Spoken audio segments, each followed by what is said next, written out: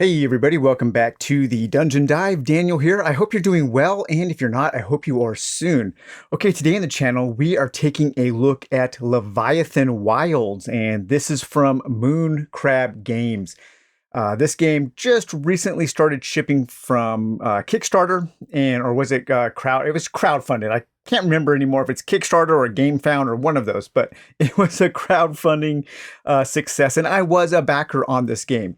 Now, if after you watch my review of Leviathan Wilds and you think the game sounds interesting, unfortunately, there aren't a lot of copies for retail right now, but they are definitely planning on a second printing.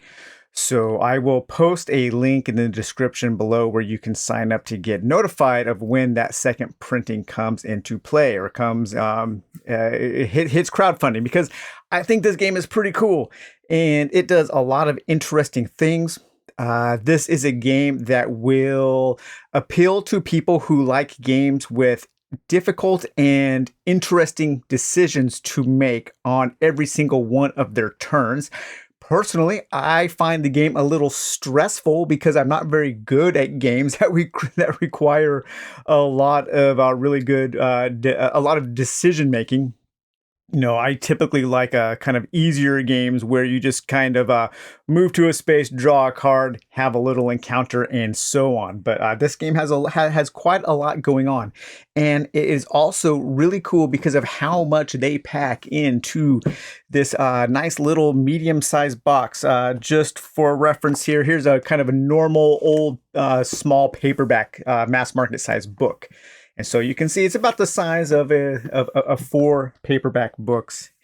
But this game, yeah, it packs a lot of variety, a lot of game into this medium box. And just look at those colors. Oh my God, the game is beautiful too. It's a beautiful, beautiful production. And so this is called the Founders Edition. And I think that comes with some upgraded, really nice wooden tokens. And we'll take a look at some of these as we go through the game. And it also comes with one small expansion pack called the Mutation Pack, or a little expansion here.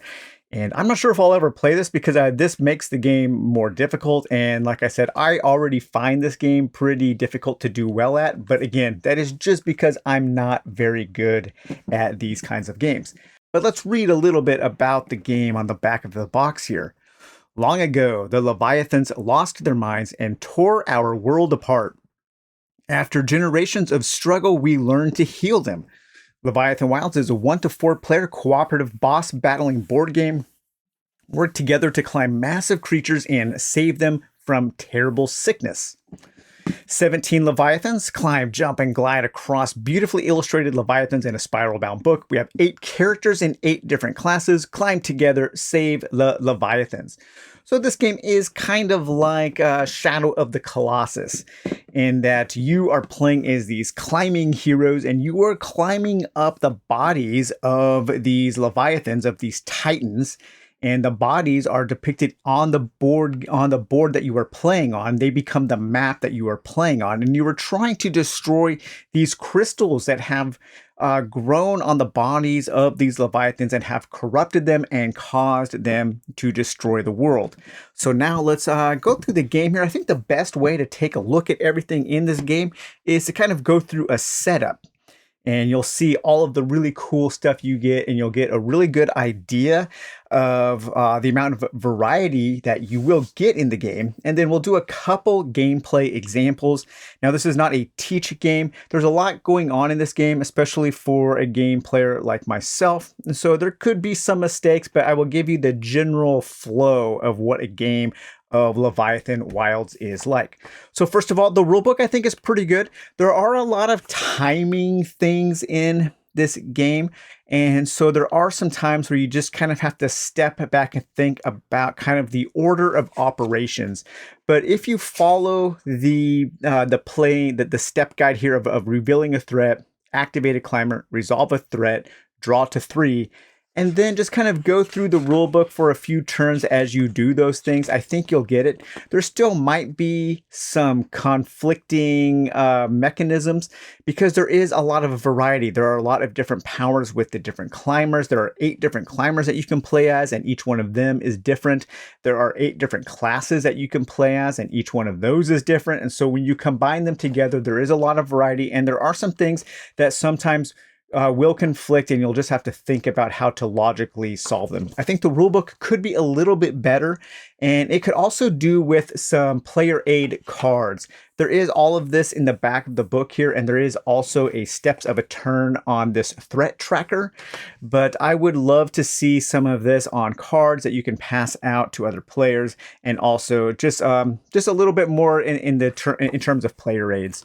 But at the beginning of the game, the first thing you'll do is you will decide on which Leviathan you want to face off against. You want to climb and help save. And there are 17 different Leviathans. Some of them are in landscape mode, and some of them are in portrait mode. Overall, this game can be played on a pretty small table. It doesn't take up a lot of space, and that is another thing that I like. Medium-sized box, small table space, a lot of variety in that box. Those are 3 really important things to the dungeon dive. But the Leviathans will be organized in difficulty, and you will find a little difficulty track down here at the bottom, and that's the number of gears represents how difficult it is. So Sage, the first Leviathan here, is the easiest with one gear there. Now I'm just going to flip through the pages. This is not spoilers at all. This is not a campaign game. You are not meant to move from one to the next. There is a little bit of story on each of the cards that introduces the Leviathan and any special rules that that Leviathan has while you are playing. But there is not really an ongoing story. You're not traveling from one Leviathan to the next. You're just meant to pick a difficulty that you want to play at and a Leviathan that you want to challenge. And so we have Sage here, and then we have a landscape version here, landscape one called Sentinel, a really tall guy that you have to climb up a lot. Very cool. We have Storm here, kind of a sandworm. I love this spiral bound book with all the different boards. It's so nice. We have the Watcher. And let's see, what else do we have? We have Weaver, a big spider Leviathan. Then here we have another landscape mode here. We have Avalanche, kind of a snow rock golem thing. This kind of swampy tree, the Hive, that is super cool. The Collector, and then we have this giant kind of a molten lava rock bull here called Fury. We have Bloom. We have the Forsaken. Man, look at that guy. The art in this game is so good. I love it. We have the Tunneler. And we have the Twins, we have the Vortex, we have the Hunger, this giant kind of man-eating carnivorous plant, this underwater serpent here called Deep, and finally we have the Tyrant. So if you just want to play a really difficult game, you can jump right into the Tyrant, and good luck on that. But we will be showing how to set up and how to play the Sage.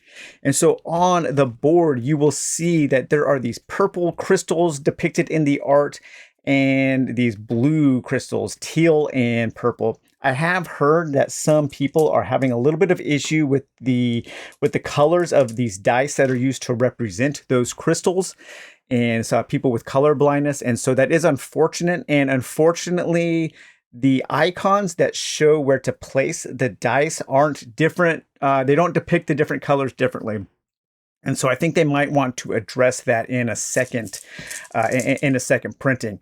But these crystals, these are the things that are corrupting this Leviathan. And the goal of the game is to destroy all of those crystals before one of your climbers dies. And so when you're setting up the game, you will take dice and you will place those out with the numbers shown. For instance, this is a purple 5.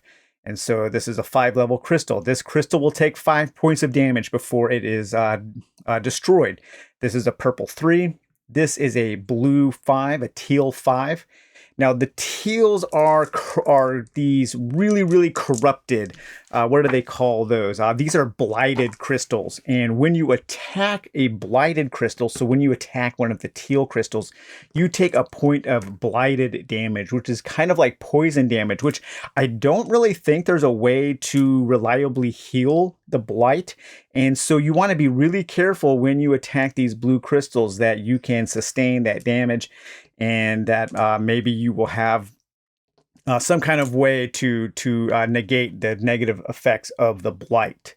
But we'll go ahead and finish setting up the rest there. So we have all of the crystals. So if you're having trouble finding the little crystal icons, just look for the big crystal art on the map. Also on the map, you will maybe see these little mushroom tokens, or these little mushroom icons. And there are 6 on each map. And those will correspond to a whole bunch of different mushroom tokens that the climbers can harvest in order to gain certain powers. Like you might be able to eat this mushroom to gain some grip. And grip is an important concept because if you lose grip, you will fall. These might give you 2 health. This mushroom here might give you 1. I have no idea. I've never seen that mushroom before. What is that? Strike. So this mushroom here will give you a +1 for when you are striking against one of these crystals. This mushroom here is an anchor, so you can eat that if you're falling and you can stop your fall. So falling and gliding down and climbing up, these are very important concepts in the game, and we'll go over those. So each map will have 6 of these mushrooms, and you will take those mushrooms and you will put them out on the mushroom icons. So we have 2, let's see, 3, 4,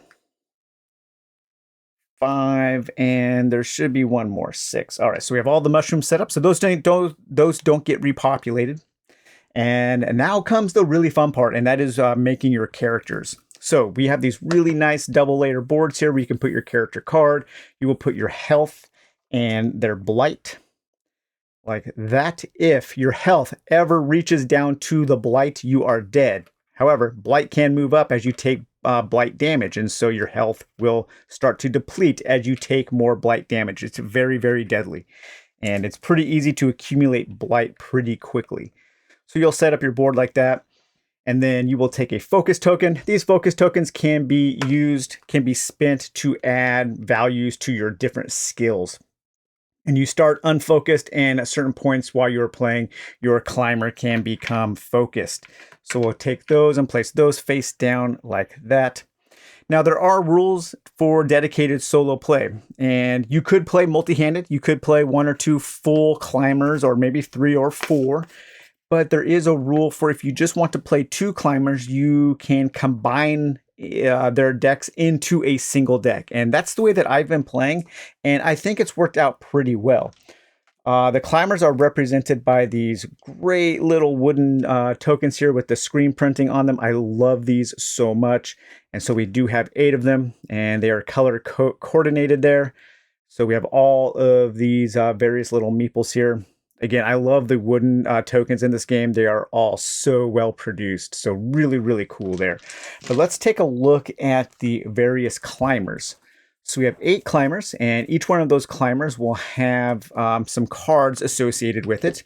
And then you also have 8 classes. And to create a climber, you pick a class and a climber, and you combine the cards together, and that becomes your deck.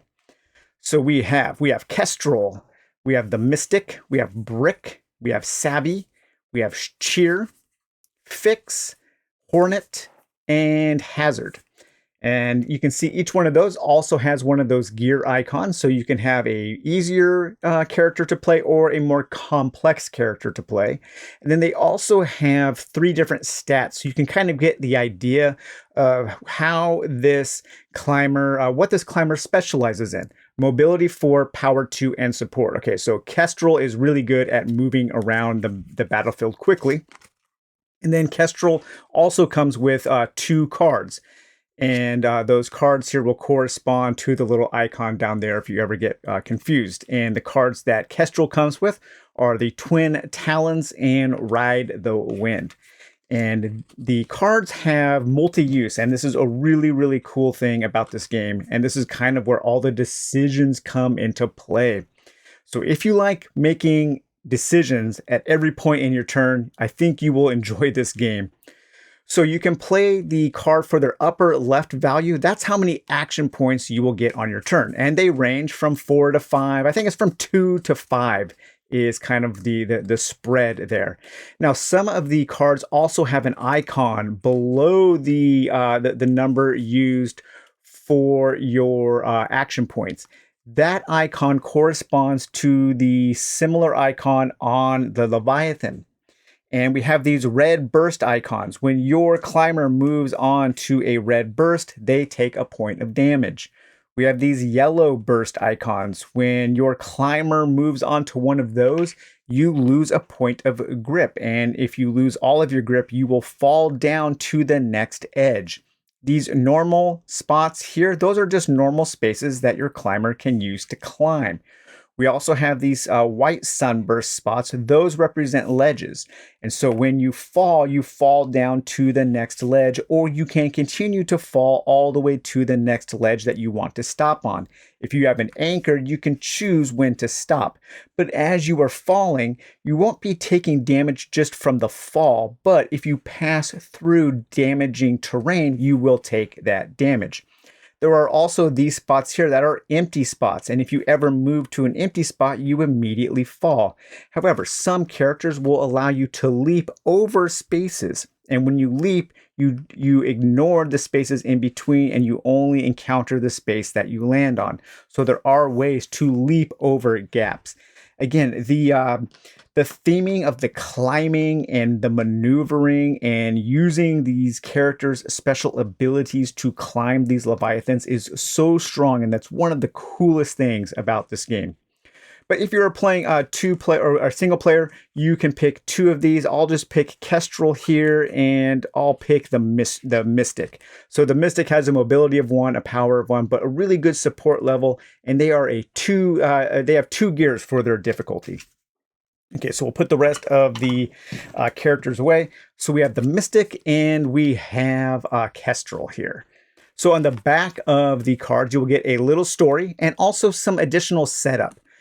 Kestrel, nimble in body and mind, this former street urchin is as comfortable climbing as breathing, and they ensure everyone is keenly aware of it. So Kestrel doesn't have any additional setup.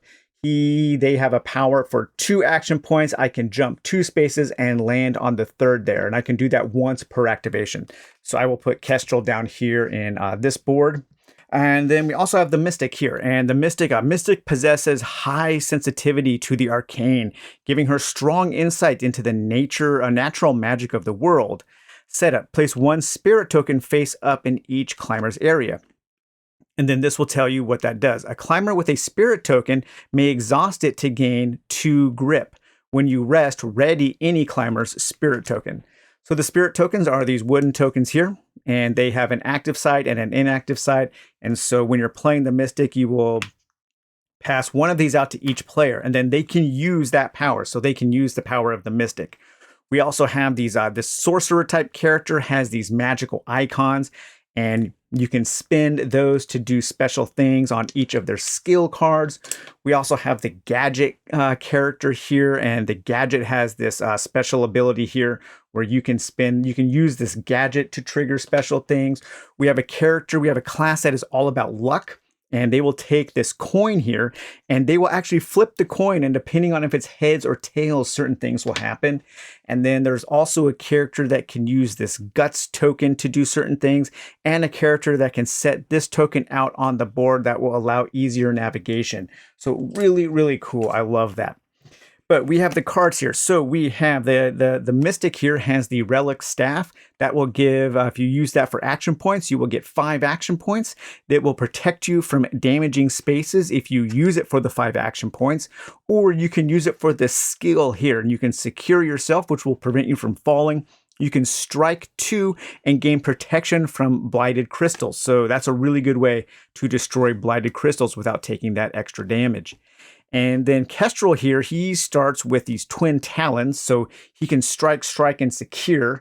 and prevent from falling. That is super cool. Again, I just love that theming. We have 2 of these pickaxes, and they can strike, anchor. So chink, chink, anchor. That's, oh man, that's so cool. I love that.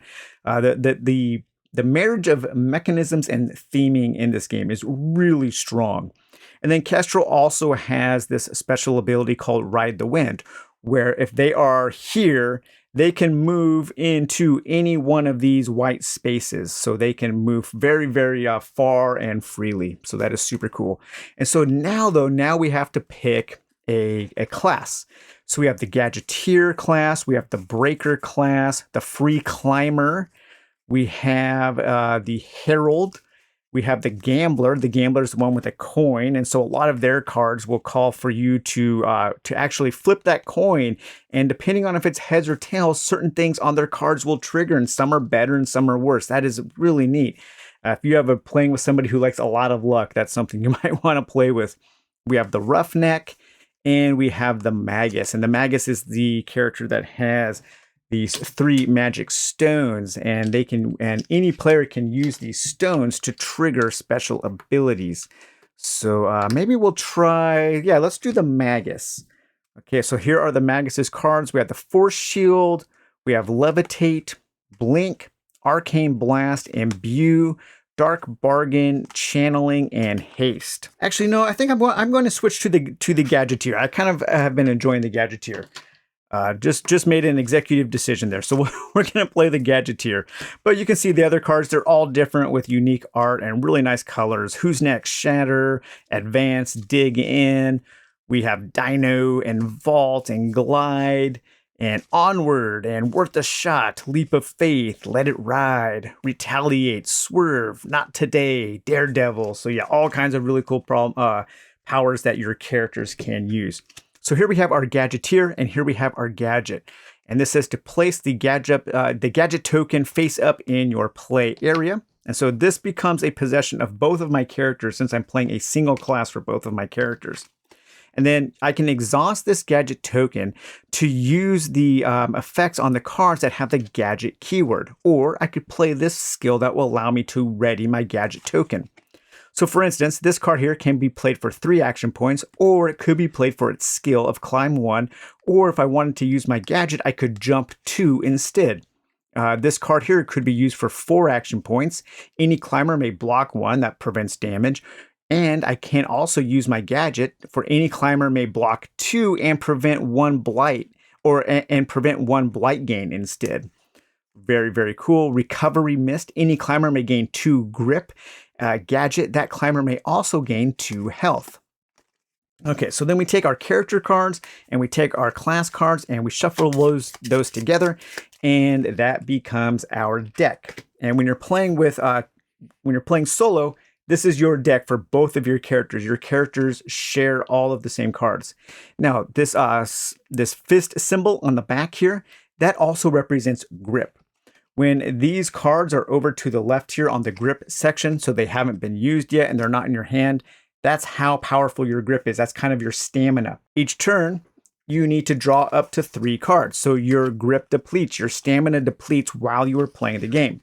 And then you will be spending these cards to do the actions and to take various actions on the Leviathan.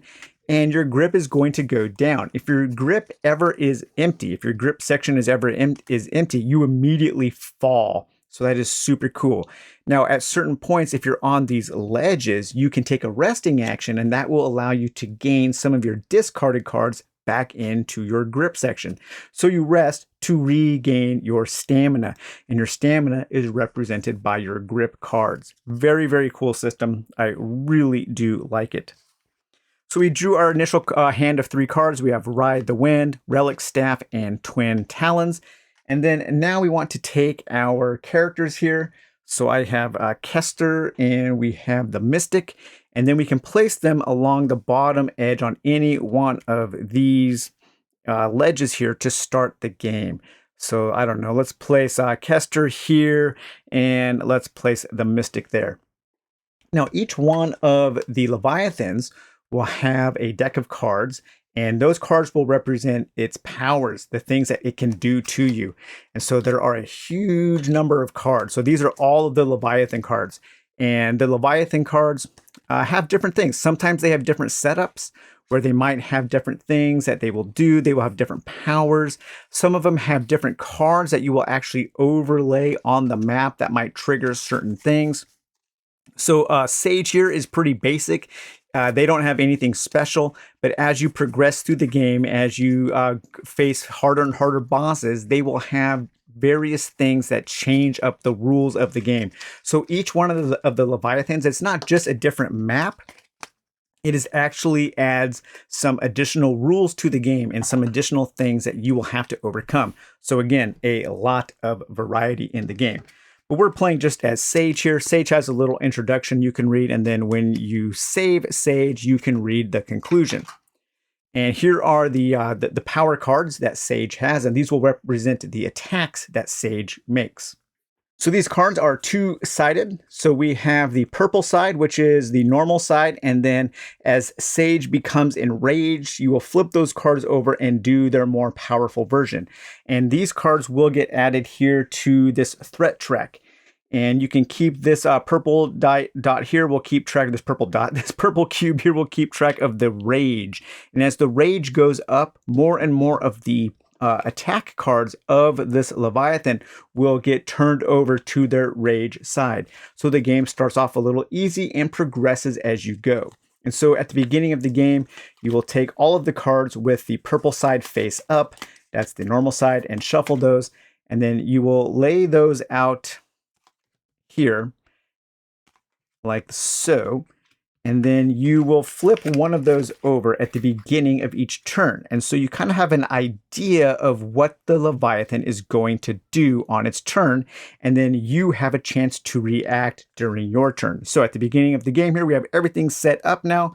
And now we can do the first thing, and that is to reveal the first threat. So what is this Leviathan going to do at the end of this turn? It is going to attack the active player at this spot here. And it'll also do damage to all of the surrounding spots, and it will do 2 points of damage. So let's go back to our board and see how that works.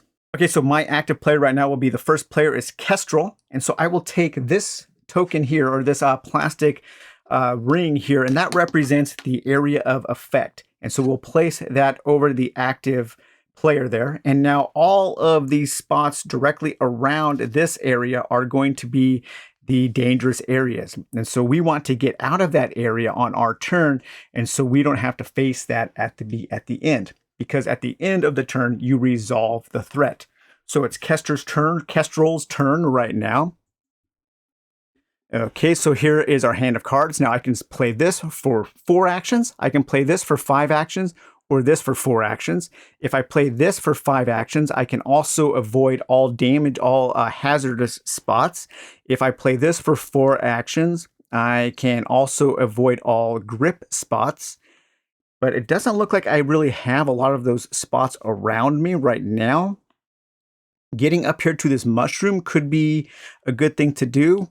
And I think that's what I'll do. So I will play this card here for 4 actions, 4 action points, and it also will allow me to ignore one of the grip spots. Okay, so I will move 1, 2, 3, and I will pick up this mushroom. That is a free action. And this is a glide action. So you can actually glide down diagonally. You can only move orthogonally. And you can, that even is when you are jumping, you count the spaces orthogonally for a jump. So I have 1 action point left. For an action, you can also play one of your skill cards here. So I could play this Ride the Wind, and that would allow me to move even further. Or I could just continue to move up, and I think that's what I'll do. I will do 1 more point of movement up to this node there. Maybe get in position. Maybe I'm sending Kestrel over here to deal with this 3 strength crystal. And I think I will have the Mystic kind of maybe move up and start worrying about this 6-point crystal there, that 6-point Blight crystal. So we've used this card. We've used, what was it? We used Twin Talons for our actions. I will discard that. I have 2 cards still in my hand. I didn't use any of the skills. So now I need to resolve the threat. And so the threat was right here. And again, the threat will hit this spot, this spot, this spot, this spot, and this spot, and then anything that was below, if there was anything below. But there are no climbers in those danger zones, and so we can safely ignore that that threat card there. And then we draw back up to 3, so I need to draw 1 card. Okay, so now it's the Mystic's turn. And let's see here. The Mystic will just move up. I think I will spend this for the action points. So I have 5 action points and I can ignore any damaging area. Actually, before we do that, we need to draw the threat card to see what Sage is going to do at the end of that turn. And Sage is going to attack the active player's spot. And it will also damage the 4 spots orthogonal to it for 2 health. Okay, so this is pretty easy to escape here. I think Sage is a really good learning Leviathan. It gives you a lot of time before you need to kind of up your game. But we'll play this for the action points of 5, and then I will climb 1, 2. I will pick up this mushroom here, and that gives me a strike of 1, 2, 3, 4, 5. And so we will move up to take care of this blue die there, or that crystal there. Okay, so now we will activate the threat. We are out of threat range, and then we will draw up to 3. And now we have this deflector. And then you rinse and repeat. What is the next attack here? The active. So whoever the active player is, so the active climber is Kestrel, it's going to push them down 1 when we resolve that threat. There's no way around that, unless maybe you had the anchor power. So there are a whole bunch of different things you can do. You can climb, you can anchor yourself, you can fall, you can glide down to spots. And yeah, you're just trying to avoid those threats and trying to destroy the crystals before one of your characters dies. If one character dies and the rest of the climbers haven't destroyed all of the crystals and rescued the Leviathan by the end of that turn, then it is game over. So yeah, there's a lot going on in this game. It's really cool. I find it pretty stressful just because you have to make all of these really important decisions from one moment to the next. But I absolutely love the variety.